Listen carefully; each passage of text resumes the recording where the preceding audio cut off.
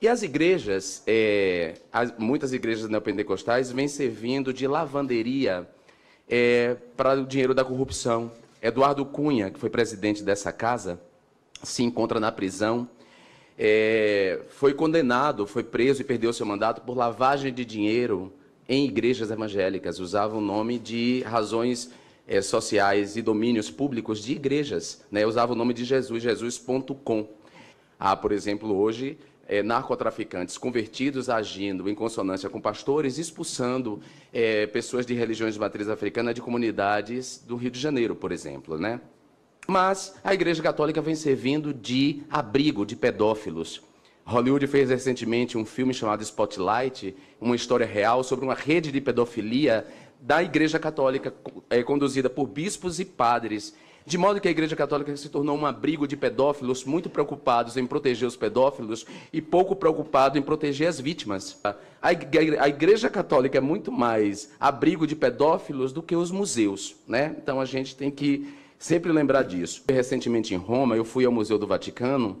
Há obras estarrecedoras, se a gente for pensar nas obras e interpretá-las do ponto de vista dos ignorantes que foram para a porta do Santander fechar a exposição Quia Museu. Há obras estarrecedoras, não só porque representam a nudez, o nu, e há muito nu nas obras do Vaticano, inclusive na famosa Capela Sistina, pintada por Michelangelo, há vários nus lá, e eu vi durante a exposição, durante a visita, várias crianças levadas por seus pais olhando aquelas obras de arte sacra e beleza. Além dessas obras, né, dessa nudez, há representações estarrecedoras do martírio de santos, né, e mártires, me perdoe aí a redundância, martírio, mártires, mas que representa degolas, pessoas estripadas, pessoas crucificadas, pessoas degoladas, ou seja, uma violência obscena praticada pela humanidade, representada pelas artes.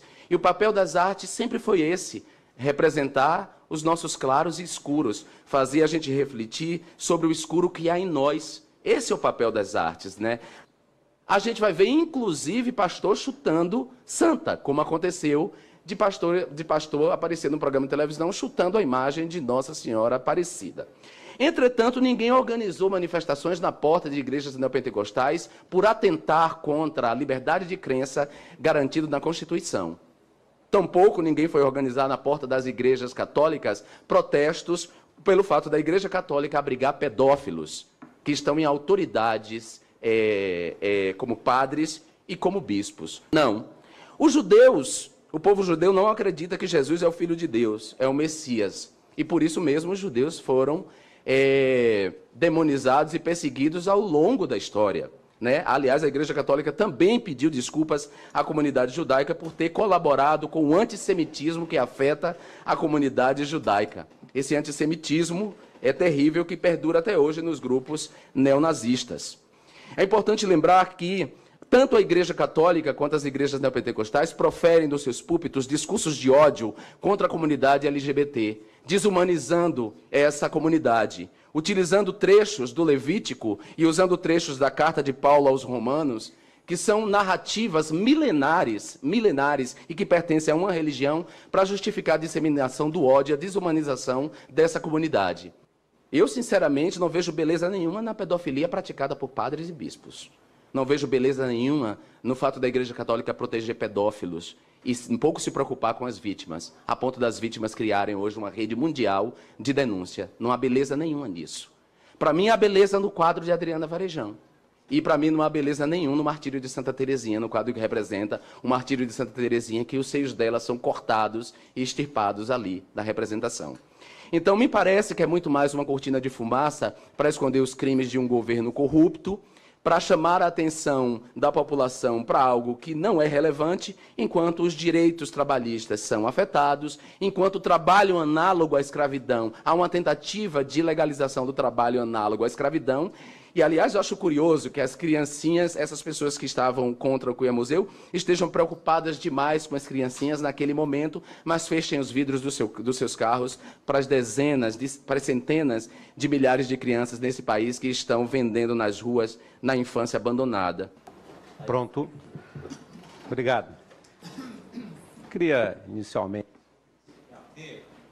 esperava que o relator o fizesse em relação ao parecer dele do projeto, mas a elucubração mental passou pela reforma trabalhista, pelo Fora Temer e considerações de outros deputados. É um direito meu como parlamentar. Eu estou com a palavra. Senhor deputado, somente para garantir aí a palavra, depois o senhor pode fazer a tréplica. Ok, mas o senhor pode fazer a tréplica sem nenhum problema, apenas garantir a palavra. Obrigado. Não faço parte das denominações religiosas que o relator se referiu, nem sou advogado, pessoas que estão respondendo aos processos. E, na condição de católico, também não falo em nome da Igreja Católica.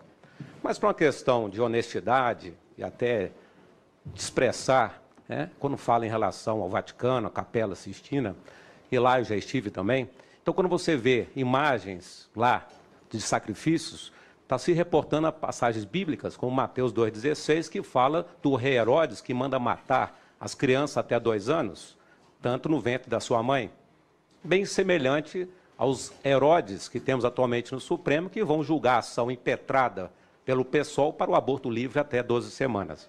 Quando vê lá cenas de nudez na Capela Sistina, ali tem todo um contexto de beleza da humanidade e do trabalho do Criador.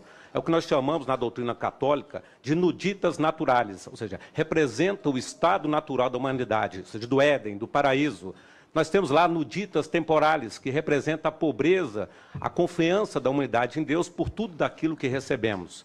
Nós temos lá, do outro lado, a nuditas virtuales, que representa a pureza e inocência, e você vê lá Madalena arrependida, só com seus cabelos, desnuda. E você vê lá também a nuditas criminais, que representam o horror das paixões e da vaidade. Então, a representação da nudez católica na arte é clara, muito diferente desta nudez aqui dos museus, em que aparece sexo com cachorro, em que aparece apologia à pedofilia. No quadro aqui, tinha um homem na cama sobre uma criança no quadro infantil. Em relação à questão da matéria tributária, da imunidade, é só apresentar uma proposta de emenda à Constituição para retirar a imunidade tributária das igrejas. De tal maneira que esse respeito à intimidade, à vida privada das pessoas, a imagem deve ser respeitada no ordenamento jurídico. Nós tivemos um caso aqui de um deputado que, numa frase infeliz, falou: estupra, mas não mata.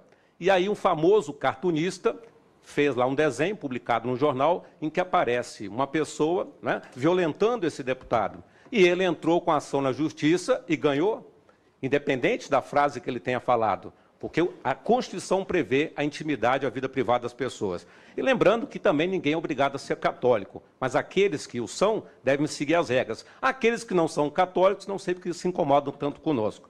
De tal maneira que, dentro dessa perspectiva, há projetos aqui na Comissão de Direitos Humanos, que vem do Senado, do senador Paulo Paim, que fala da discriminação.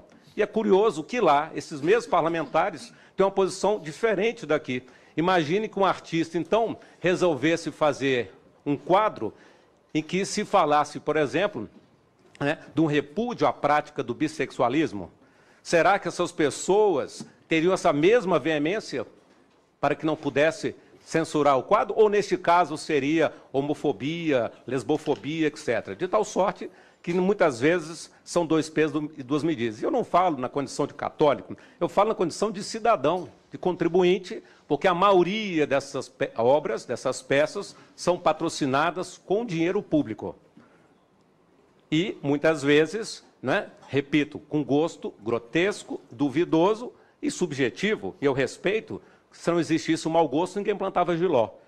Agora, o que não pode ser aceito é que essas obras ultrajem o sentimento católico. Vilipendie, como, por exemplo, uma peça teatral em que a pessoa pega uma Bíblia, tira uma folha da Bíblia, enrola um baseado de maconha e fala: hoje eu vou fumar do Gênesis ao Apocalipse, incluindo até mesmo um ilícito penal. Então, é essa a nossa fala, e se atendo especificamente ao parecer, é um parecer jurisprudente. Um regimental de 5 minutos, eu passo a palavra para a tréplica do deputado João Willis. Muito obrigado, senhor presidente. O advogado Paulo não fala como advogado, fala como proselitista. Se a gente comparar o volume de recursos que representa a isenção fiscal para as igrejas com o que é investido publicamente na cultura, a gente vai ver uma desproporção absurda, doutor Paulo. O dinheiro reservado na fatia dos recursos da União para a cultura é mínimo. Outra coisa, eu tenho formação católica, fui batizado, crismado, comungado na Igreja Católica. Aliás, na ordem, eu fui batizado, comungado e crismado na Igreja Católica. Conheço tanto a Igreja Católica quanto o senhor conhece. E faz parte dos dogmas da Igreja Católica, a gente pode não pertencer ao mesmo tipo de Igreja Católica. A minha, por exemplo, é aquela que organiza os trabalhadores, organiza os camponeses, que construi um reino de justiça e não de injustiça na terra. Não é esse tipo de moralista que eu faço parte não da Igreja Católica, não. Então, é importante lembrar que entre os dogmas católicos está não mentir. Afirmar que o que o museu faz apologia à pedofilia é mentir, e mentir descaradamente, porque o Ministério Público já deu um parecer dizendo que não há apologia à pedofilia, e se o senhor é advogado, o senhor tem que levar em conta o parecer dos procuradores do Ministério Público. Então não pode mentir reiteradamente, achando que mentir muitas vezes vai tornar uma mentira verdade. Nós estamos num país laico, num país livre, em que os direitos fundamentais, aqueles previstos na Constituição, e as garantias fundamentais que tecemos aqui nessa casa serão defendidos, porque nós somos um país laico, plural e diverso religioso. Obrigado. Obrigado, nobre deputado Diego Garcia. Eu passaria a palavra assim como estava, apesar de também como parlamentar eu ter a precedência na palavra, mas eu já havia feito esse compromisso de passar a palavra aos nossos expositores, e gostaria de pedir a Vossa Excelência, se possível, que Vossa Excelência pudesse assumir a presidência, para passarmos a palavra agora ao Mano Góes, e na sequência ao Paulo Fernando, e no final da exposição dos nossos expositores, então eu farei o uso da palavra como parlamentar, também requerente, um dos subscritores, perdão, desse requerimento. Obrigado. Passo a presidência ao deputado Diego Garcia.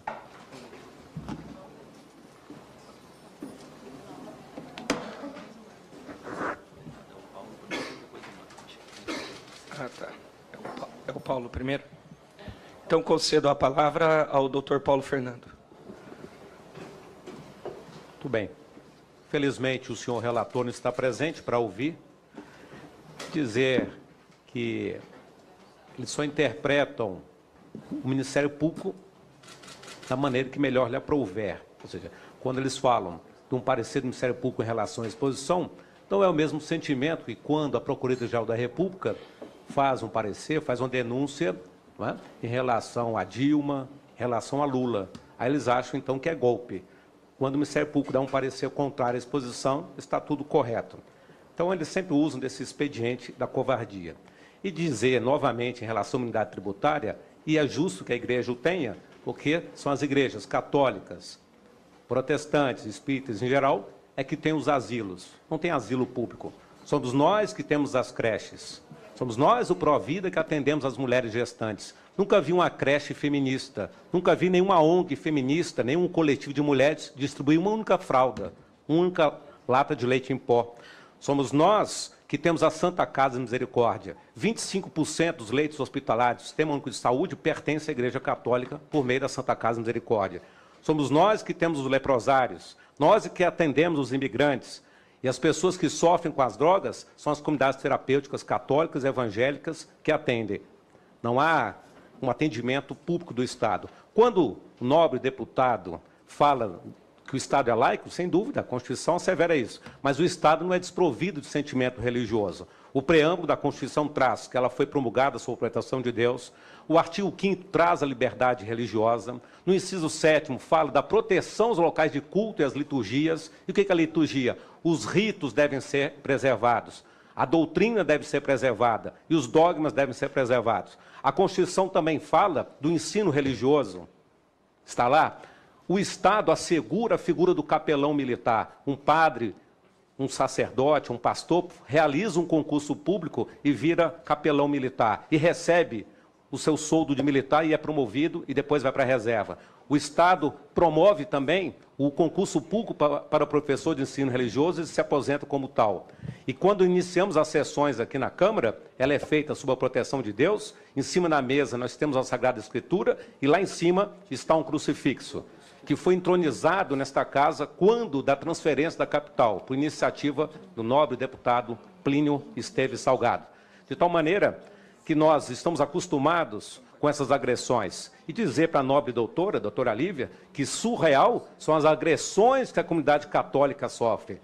São sacrilégios que estamos acompanhando e que nós, por sermos maioria, também exigimos respeito. Se eles querem o respeito para as minorias das minorias, nós que somos a maioria. Porque o princípio democrático é a minoria fala, mas a maioria decide. Eles nunca querem aceitar o que nós decidimos. De tal sorte, dizer que muitas vezes, né, é onde o calo aperta, onde o calo dói. Imagine se um artista, né, plástico resolvesse fazer um quadro colocando o nobre relator na figura do menino lobo Mowgli, de uma maneira depreciativa, mal cheiroso. Será que ele ia gostar? Será que ele entraria na justiça para preservar a sua intimidade, a sua vida privada? Ou ele asseguraria que isso é arte, que isso é liberdade de expressão e qualquer artista plástico pode fazer qualquer quadro sobre qualquer deputado?